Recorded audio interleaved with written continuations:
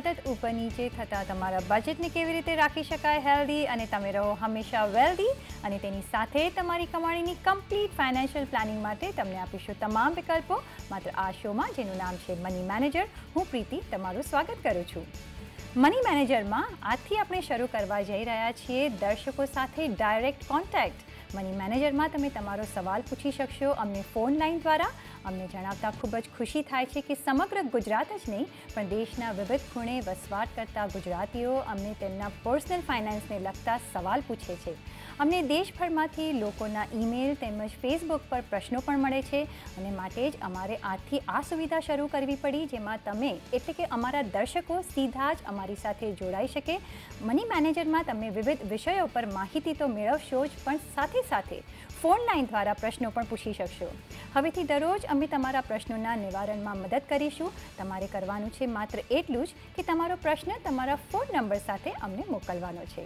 આજે તમારા પ્રશ્નોના જવાબ અને યોગ્ય માર્ગદર્શન આપવા આપણી સાથે જોડાઈ રહ્યા છે certified financial planner Arnav Pandya. Sir, સ્વાગત છે તમારું આજના શોમાં. અને પહેલાં આપણે શરૂઆત કરીએ તો પહેલો જ એક મની મેનેજરના પહેલા કોલર આપણી સાથે જે જોડાઈ રહ્યા છે એ છે વિનીત શાહ સુરતથી. જી વિનીત, નાણાકીય આયોજન અંગે તમારો શું સવાલ છે? હા સર, મારે એ જાણવું હતું કે મને જે મારી લોન ચાલતી છે આઈડીબીઆઈમાં, તો એમાં 2010થી લોન ચાલે છે. મારે ઇન્કમ ટેક્સ રિટર્નમાં મારું ઇન્ટરેસ્ટ ડિડક્ટ કરાવવું છે. તો મેં સેક્શન 24B રીડ કરેલું છે કે section 24B loan interest deduct થાય છે, પણ મેં જ્યારે ફિઝિકલી ફોર્મ ITR 1 જોયું તો એમાં એ સેક્શન દેખાતી જ નથી. તો એકચ્યુઅલી કઈ જગ્યાએ ડિડક્ટ કરવું? આમાં જ્યારે તમે હાઉસિંગ લોનની વાત કરો ત્યારે જે હાઉસિંગ લોનમાં તમને જે ઇન્ટરેસ્ટ બાદ મળે છે તે આખું એક હેડની અંદર આવે છે, ઇન્કમ ફ્રોમ હાઉસ પ્રોપર્ટી. એટલે ઇન્કમ ફ્રોમ હાઉસ પ્રોપર્ટીમાં જો તમે તમારા પોતાના ઘરમાં જ રહેતા હો તો એની રેન્ટલ વેલ્યુ જે કહેવામાં આવે છે, જેને ગ્રોસ એન્યુઅલ વેલ્યુ કહેવામાં આવે છે ઇન્કમ ટેક્સની ભાષામાં, એ 0 ગણવામાં આવે છે. અને તમે જે એના પર વ્યાજ આપ્યું હોય 2 લાખ સુધીનું, એ એમાંથી રિડ્યુસ કરવામાં આવે છે. એટલે તમને એક negative income from house property થાય. એટલે આ જે તમારો વ્યાજનું ફિગર છે તે તમને ઇન્કમ ફ્રોમ હાઉસ પ્રોપર્ટીમાં એક ડિડક્શન તરીકે મળી શકશે. અને આ ઉપરાંત તમે જે કેપિટલ રીપેમેન્ટ વર્ષ દરમિયાન કર્યું હોય તે તમને સેક્શન 80Cમાં પણ તમે એનો લાભ લઈ શકો છો. એટલે તમારે એટલું જ કરવાનું છે કે તમારા ઇન્કમ ટેક્સના કેલ્ક્યુલેશનમાં ઇન્કમ ફ્રોમ હાઉસ પ્રોપર્ટીમાં જો તમે એમાં જ રહેતા હો તો નીલ કરીને નેગેટિવ આ જે તમારી ઇન્ટરેસ્ટ તમે જે ભર્યું છે વર્ષનું એ નેગેટિવ રહેશે. એટલે તમારી બીજી જે આવક છે એમાંથી તમે આ હેડને એડજસ્ટ કરી શકશો. જી વિનીતજી, આઈ હોપ તમને તમારા સવાલનો જવાબ મળી ગયો હોય.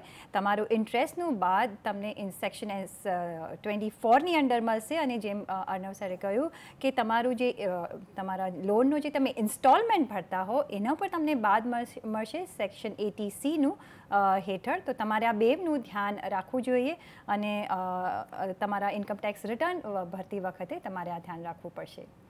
સાથે જ હવે બીજો જે પ્રશ્ન આવી રહ્યો છે એ નિમેશ પટેલનો આવી રહ્યો છે.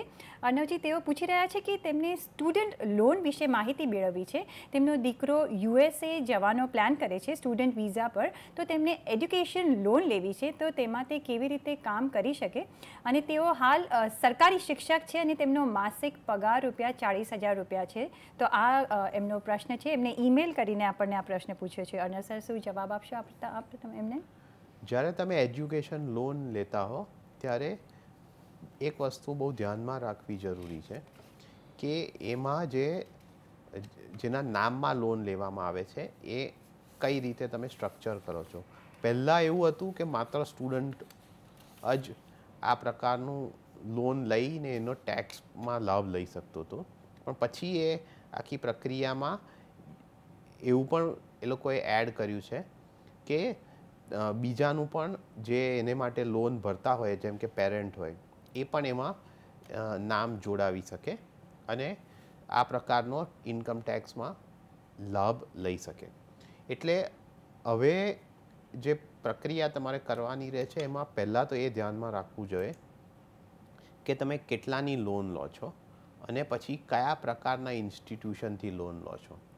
કારણ કે આમાં તમારી પાસે ચોઇસ ઘણો મોટો છે. એક બાજુ છે બધી નોર્મલ તમારી બેંક જે તમને એજ્યુકેશન લોન આપશે અને બીજી બાજુ એક સ્પેસિફિક ઇન્સ્ટિટ્યુશન પણ છે જેમ કે ક્રેડિલા છે જે આ એરિયામાં સ્પેશિયલાઇઝ કરે છે.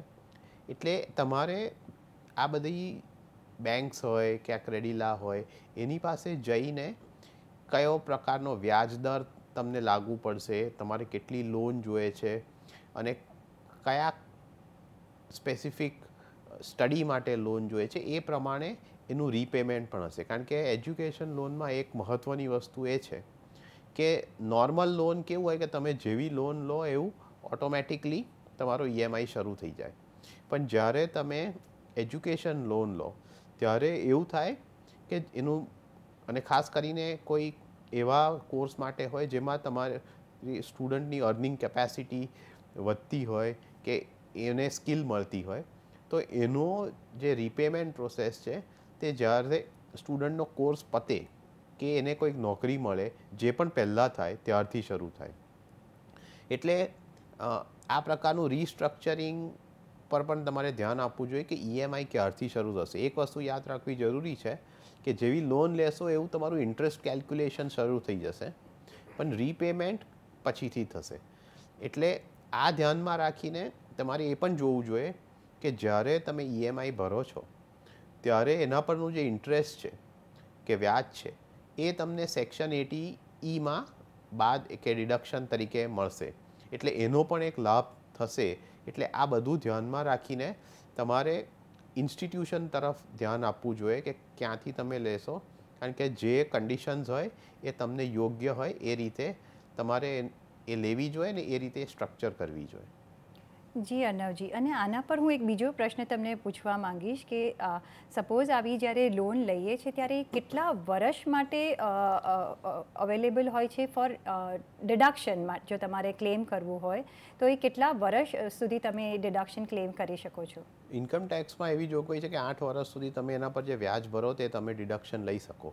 મોટાભાગની જે એજ્યુકેશન લોન હોય આ સમય પહેલાં જ આખી પૂરી થઈ જતી હશે કારણ કે બહુ લાંબા સમય સુધી તમે એજ્યુકેશન લોન લો નહીં અને બેંક્સ પણ એવું ઈચ્છતી નથી કે તમે કંઈક 10 વર્ષની લોન લો. એટલે 3 થી 5 વર્ષમાં મોટાભાગની એજ્યુકેશન લોન પાછી આપવાની હોય છે ને એનું આખું જે રીપેમેન્ટ શેડ્યુલ હોય છે એ રીતે જ પતી જાય છે. એટલે એ વાતમાં કોઈ બહુ મોટી તકલીફ જે રીપેમેન્ટ કરતું હોય છે એને થતી નથી. પણ આ પણ ધ્યાન રાખવું જોઈએ કે તમારે તમારી એજ્યુકેશન લોન પણ બહુ લાંબા સમયગાળા સુધી એને સ્ટ્રેચ પણ ના કરવી જોઈએ. કારણ કે તમે જ્યારે ઓવરઓલ ફાઇનાન્શિયલ પ્લાનિંગની દ્રષ્ટિએ જુઓ તો એકવાર એજ્યુકેશન પતી જાય પછી જ્યારે તમે કમાવા માંડો ત્યાર પછી તમે બીજી અનેક એસેટ ક્રિએશન માટે લોન લેવાના છો. એટલે જો તમને એવું લાગતું હોય કે આ રીતે એજ્યુકેશન લોન બહુ સરળ કે એનો EMI ઘટી જાય છે પણ જ્યારે તમે બીજી લોન લેવા જાઓ છો ત્યારે બેંક એ જુએ છે કે તમારી એક્ઝિસ્ટિંગ લોન્સ કઈ આઉટસ્ટેન્ડિંગ છે અને એના આધારે તમને નવી લોન સેન્કશન થાય છે. એટલે એ રીતે તમને કદાચ પાછળથી થોડી એડજસ્ટમેન્ટમાં અસર થઈ શકે. એટલે તમારે આ પ્રકારની એજ્યુકેશન લોન ટૂંકા સમયગાળા માટે જલ્દી રીપેમેન્ટ થતું હોય એ રીતે જ સ્ટ્રક્ચર કરવી જોઈએ. જી, અને જે એજ્યુકેશન લોન પર ઇન્ટરેસ્ટ જે પેમેન્ટ થાય છે એમાં પણ પૂરેપૂરું બાદ મળે છે કે એની બી કોઈ લિમિટ છે અર્ણવજી? ના, એમાં કોઈ પ્રકારની લિમિટ નથી. એટલે જેટલું પણ તમે ઇન્ટરેસ્ટ ભરો એટલું તમને બાદ મળશે. એટલા માટે તમને ફ્લેક્સિબિલિટી રહે છે કે તમે જો જલ્દી રીપેમેન્ટ કરતા હો તો તમને મોટી રકમ પણ આમાં બાદ મળી શકે છે. બરાબર છે. તો આઈ હોપ કે નિમેશભાઈ તમને તમારી એજ્યુકેશનને લોનને લગતા બધા જ સવાલના અમે જવાબ આપી શક્યા હોય અને આઈ હોપ કે તમે જ્યારે આ લોન લેશો તો આ બધા જ પોઈન્ટ્સનું તમે ધ્યાન રાખશો. અને સાથે જ હવે બીજા કોલર આપણી સાથે જોડાઈ ગયા છે. એ છે કનુભાઈ પટેલ નોઈડાથી. જી કનુભાઈ, તમારો સવાલ પૂછો. Good evening ma'am. Good evening. Ma'am હું નોઈડાથી બોલું છું જી. અને મારી ઉંમર છે 30 વર્ષ અને મારી મંથલી ઇન્કમ સેલરી છે 35,000 રૂપિયા. મેમ અત્યાર સુધી મેં 3-4 જગ્યાએ મેં ઇન્વેસ્ટમેન્ટ કર્યું છે. જી. જેમ કે જીવન આનંદ મેં હું વાર્ષિક 17,200 રૂપિયા, જીવન સરળ વાર્ષિક 21,800 રૂપિયા, जीवन साथी में 8,089 रुपीज जी. और जीवन अंकुर में 15,200 रुपया वार्षिक इन्वेस्टमेंट करूँ છું LIC માં. જી. તે સિવાય મેં એફઓડી મ્યુનિકમાં હેલ્થ ઇન્સ્યોરન્સ લીધો છે 5 લાખનો ફેમિલી પ્લોટરનો. તે સિવાય ટર્મ પ્લાન છે મારો LIC નો લીધેલો છે મેં 50 લાખનો. જી. તે સિવાય મારા અન્ય રોકાણમાં મેં HDFC પ્રો ગ્રોથ પ્લસની યુલિપ પ્લાન લીધો છે. તે મહિને 6,000 રૂપિયા હું ભરું છું. તો હજી પણ તો આ ઇન્વેસ્ટમેન્ટ મેં જે કર્યા છે જી. તેના વિશે થોડી માહિતી આપશો કે તેમાં હું કન્ટિન્યુ કરું કે કંઈક એમાં કંઈક રોકાણમાં બંધ કરવા સરેન્ડર કરવા જેવું છે કંઈ અથવા અચ્છા તે અન્ય મારો એક પ્રશ્ન છે કે મારે 5,000 રૂપિયા હજી ઇન્વેસ્ટ કરવા છે મંથલી. જી. તો હું કઈ જગ્યાએ ઇન્વેસ્ટમેન્ટ કરું? જી જરૂર જરૂર તમને આ બધા સવાલનો જવાબ આપશે અર્નવજી. અર્નવજી શું તમે સલાહ આપશો? જો પહેલી વસ્તુ તો એ છે કે તમારે છે ને ઇન્વેસ્ટમેન્ટ અને ઇન્સ્યોરન્સને જુદી રીતે સેપરેટ કરી લેવું જોઈએ. ઇન્સ્યોરન્સનો મેઇન ગોલ છે કે જે વ્યક્તિ પર કવર હોય જો તેને કંઈ થઈ જાય તો એના ડિપેન્ડન્ટ્સ જે હોય તે લોકોને કોઈ ઇન્કમમાં તકલીફ પડે નહીં. એટલે જે આપણે બેઝિક ઇન્સ્યોરન્સની વાત કરીએ એ ટર્મ ઇન્સ્યોરન્સ હોય કારણ કે એમાં માત્ર ડેથ પર જ ડિપેન્ડન્ટ્સને પૈસા મળે છે. એટલે એ વિભાગમાં તમે તમારું જે કરવાનું હતું તે કરી લીધું છે કારણ કે તમારી પાસે 50 લાખનો કવર છે. હવે વાત આવી ઇન્વેસ્ટમેન્ટની. જ્યારે તમે ઇન્વેસ્ટમેન્ટ અને ઇન્સ્યોરન્સ મિક્સ કરો છો ત્યારે એ ગેરલાભ જે થાય છે એ છે કે તમારું જે રેટ ઓફ રિટર્ન છે તે ઘણું ઘટી જાય છે. કારણ કે આ બધી જે ટ્રેડિશનલ પોલિસીઝ હોય છે એમાં જે રેટ ઓફ રિટર્ન છે તે જ્યારે મોટાભાગે તો ઇન્ફ્લેશનને પાર કરવામાં પણ એને બહુ મુશ્કેલી પડે છે. એટલે તમારે જ્યારે તમારું ઇન્વેસ્ટમેન્ટનો આખો શેડ્યુલ કરતા હો ત્યારે તમારે અનેક બીજા વિકલ્પો જોવા જોઈએ. અને તમારી જે એક્ઝિસ્ટિંગ આખું તમે લિસ્ટ આપ્યું એમાં હું જો ધ્યાન કરું તો આ ટર્મ પોલિસી યોગ્ય છે. જે તમે હેલ્થ ઇન્સ્યોરન્સ ફ્લોટર પોલિસી લીધી છે એ પણ જરૂરી છે અને એ તમારે લેવી જ જોઈએ કારણ કે તમારા દરેક ફેમિલી મેમ્બર આમાં કવર થઈ જાય છે. આ ઉપરાંત જે તમારે આખું લાંબુ લિસ્ટ છે કે આટલી બધી ઇન્સ્યોરન્સ પોલિસી ભેગી કરી છે તો તમારી પાસે ઇન્વેસ્ટમેન્ટ જેનાથી તમારું વળતર વધી શકે એવા એક પણ ઓપ્શન નથી. બધું જ તમારે ઇન્સ્યોરન્સ તરફ ગયું છે.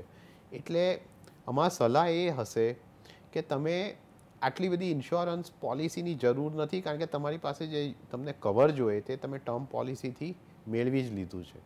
એટલે એની સામે તમારે હવે જે ઇન્વેસ્ટમેન્ટ તમે કરો તે મ્યુચ્યુઅલ ફંડ તરફ વાળો તો એમાંથી તમે એક આખું સ્ટ્રક્ચર બનાવી શકો. કારણ કે કોઈ પણ પોર્ટફોલિયો હોય એમાં માત્ર ઇક્વિટી જ નહીં પણ ડેટની જરૂર હોય છે અને એ તમારે આખો પોર્ટફોલિયો અનેક લક્ષ્ય પ્રમાણે સ્ટ્રક્ચર કરવો પડે છે.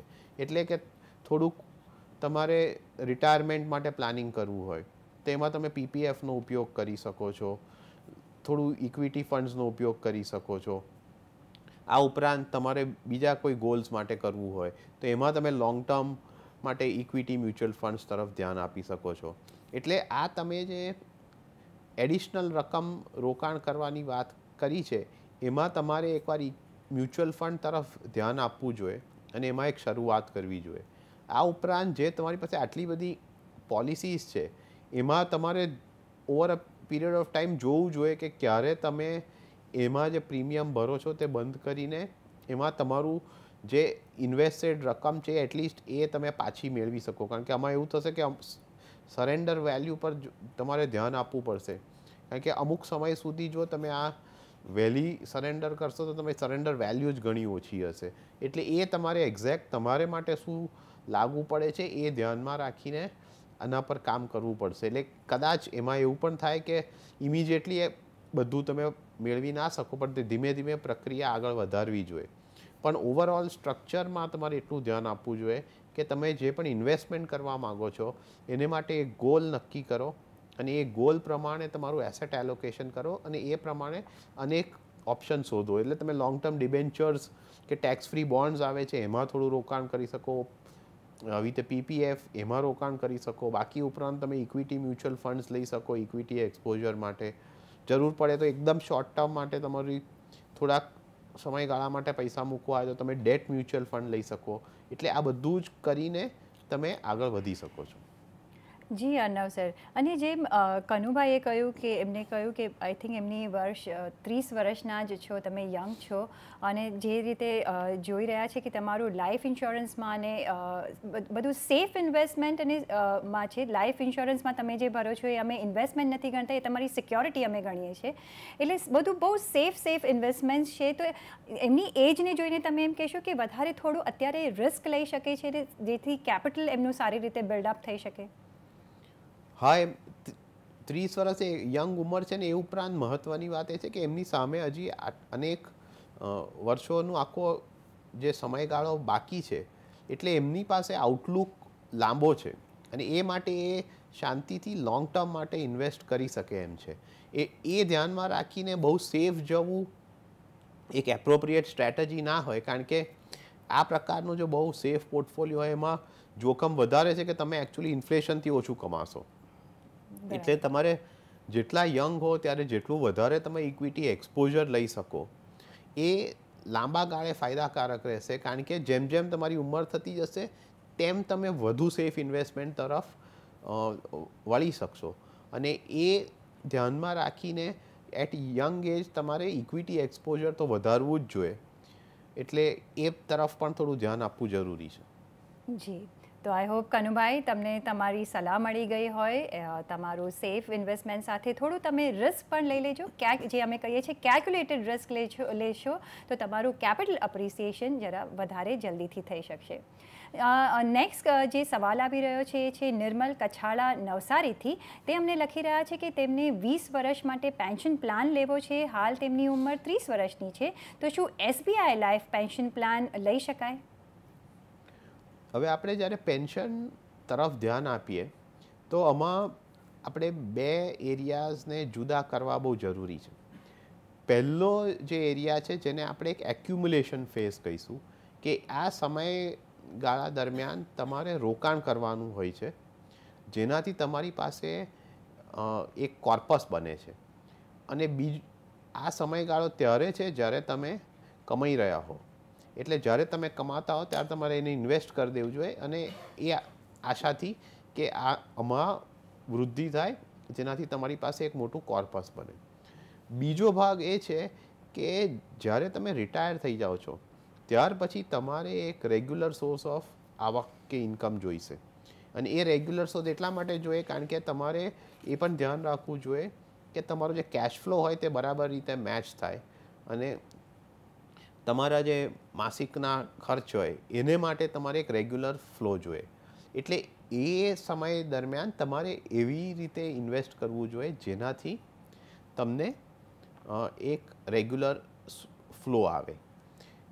હવે આ અત્યારે જે તમારો કિસ્સો છે એમાં તમારે આ એક્યુમ્યુલેશન ફેઝ પર ધ્યાન આપવું જરૂરી છે.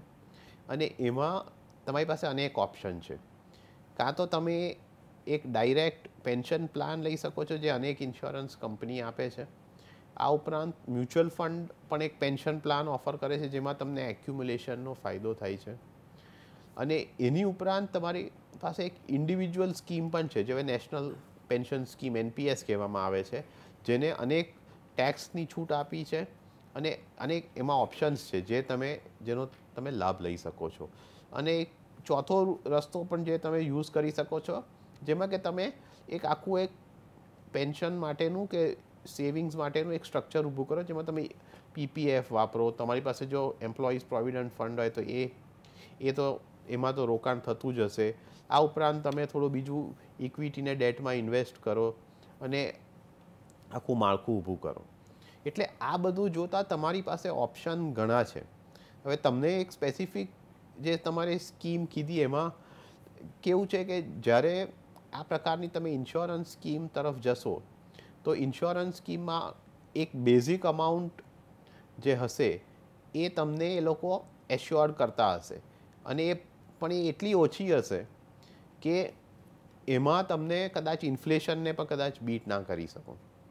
એટલે જો તમારે એક એડિક્વેટ કેપિટલ બાંધવું હોય અને એમાં તમારે તમારું રેટ ઓફ રિટર્ન થોડું વધારવું હોય તો થોડું તમારે એક રિસ્ક તરફ પણ ધ્યાન આપવું જોઈએ અને NPS હોય એવી એક ઓપ્શન તરફ પણ તમારે જોવું જોઈએ. આ બહુ મહત્ત્વનું છે કારણ કે NPSમાં 3 પ્રકારના સબ સ્કીમ હોય છે કે જેમાં એક એકદમ સેફ ગવર્મેન્ટ બોન્ડ્સમાં મૂકતું હોય, બીજામાં તમારે બીજા પ્રકારના ડિબેન્ચર્સ ને એ બધું હોય અને ત્રીજું કે જેમાં ઇક્વિટી પણ હોય. પણ એ વસ્તુ ધ્યાનમાં રાખવી જરૂરી છે કે કશામાં પણ તમે ઇક્વિટીમાં 51%થી વધારે ઇન્વેસ્ટ ના કરી શકો. આ ઉપરાંત જે NPS છે એમાં એક તમારી પાસે એક સારામાં સારો ઓપ્શન એ પણ છે કે તમે એક ઓટોમેટિક રૂટ પણ તમને આપે છે.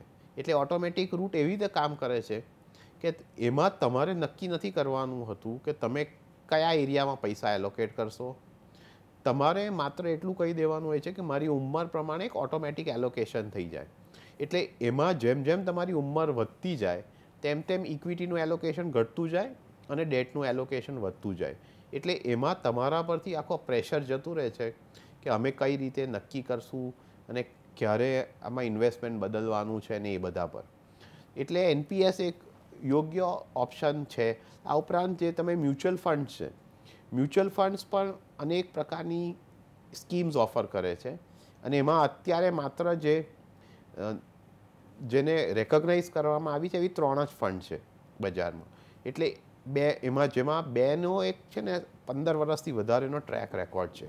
આ પ્રકારની જે સ્કીમ હોય તે મેજોરિટી ડેટમાં ઇન્વેસ્ટ કરે અને 30થી 35% ઇક્વિટી એક્સપોઝર લે, જે એક બેલેન્સ્ડ એપ્રોચ છે. કારણ કે જ્યારે પણ તમે રિટાયરમેન્ટ માટે ઇન્વેસ્ટ કરતા હો ત્યારે મોટાભાગનું ડેટમાં હોવું જોઈએ અને એક નાનો ભાગ ઇક્વિટીમાં હોવો જોઈએ જેનાથી તમને ગ્રોથનું ઓપ્શન ચાલુ રહે. એટલે આ ધ્યાનમાં રાખીને તમારે તમારું હોરાઇઝન થોડું વાઇડ કરીને બીજા પણ ઓપ્શન જોવા જોઈએ, માત્ર કોઈ સ્પેસિફિક સ્કીમ તરફ નહીં.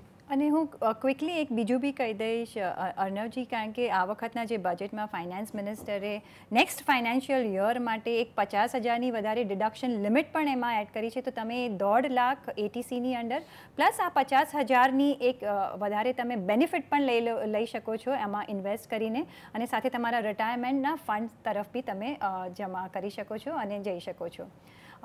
બીજો જે આપણી સાથે ફોન પર જોડાઈ ગયા છે એ છે હિંમતભાઈ વાઘેલા ગાંધીનગરથી. જી હિંમતભાઈ, તમારો સવાલ પૂછો. નમસ્કાર મેડમ. જી નમસ્કાર.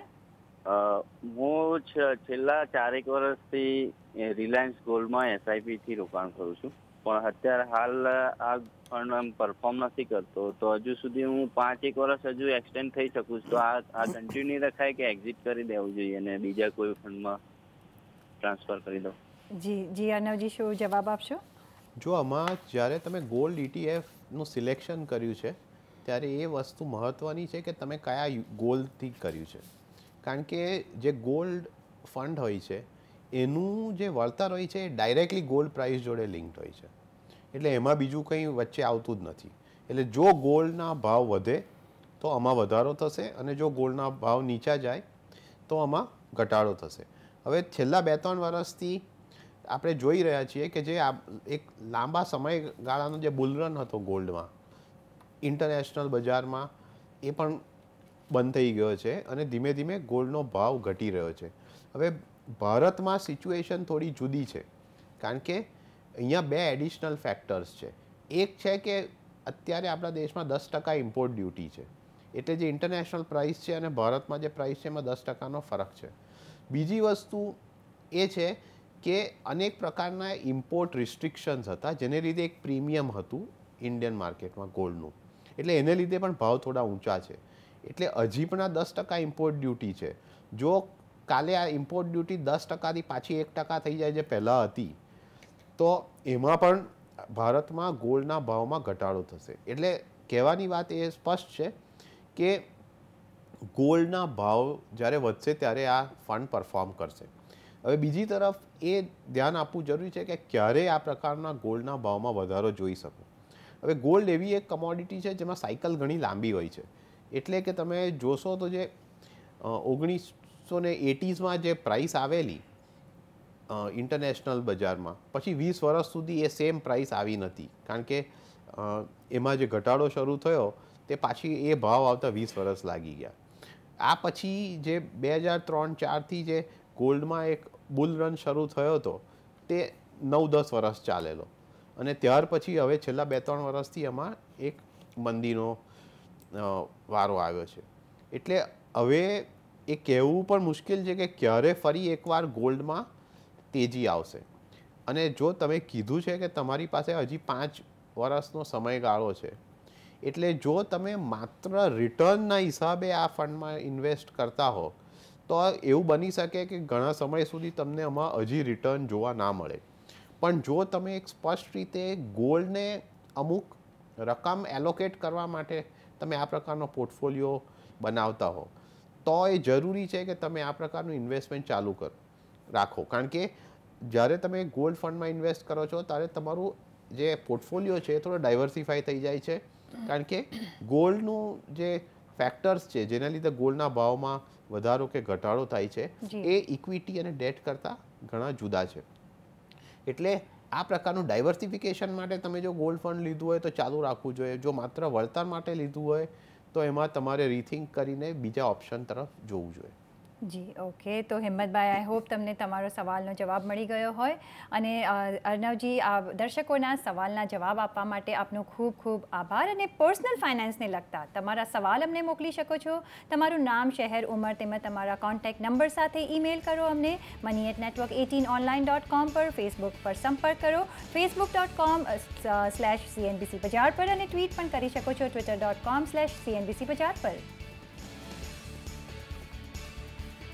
અને અત્યારના મની મેનેજરના એપિસોડમાં બસ આટલું જ. વધુ સમાચારો માટે જોતા રહો CNBC બજાર. નમસ્કાર.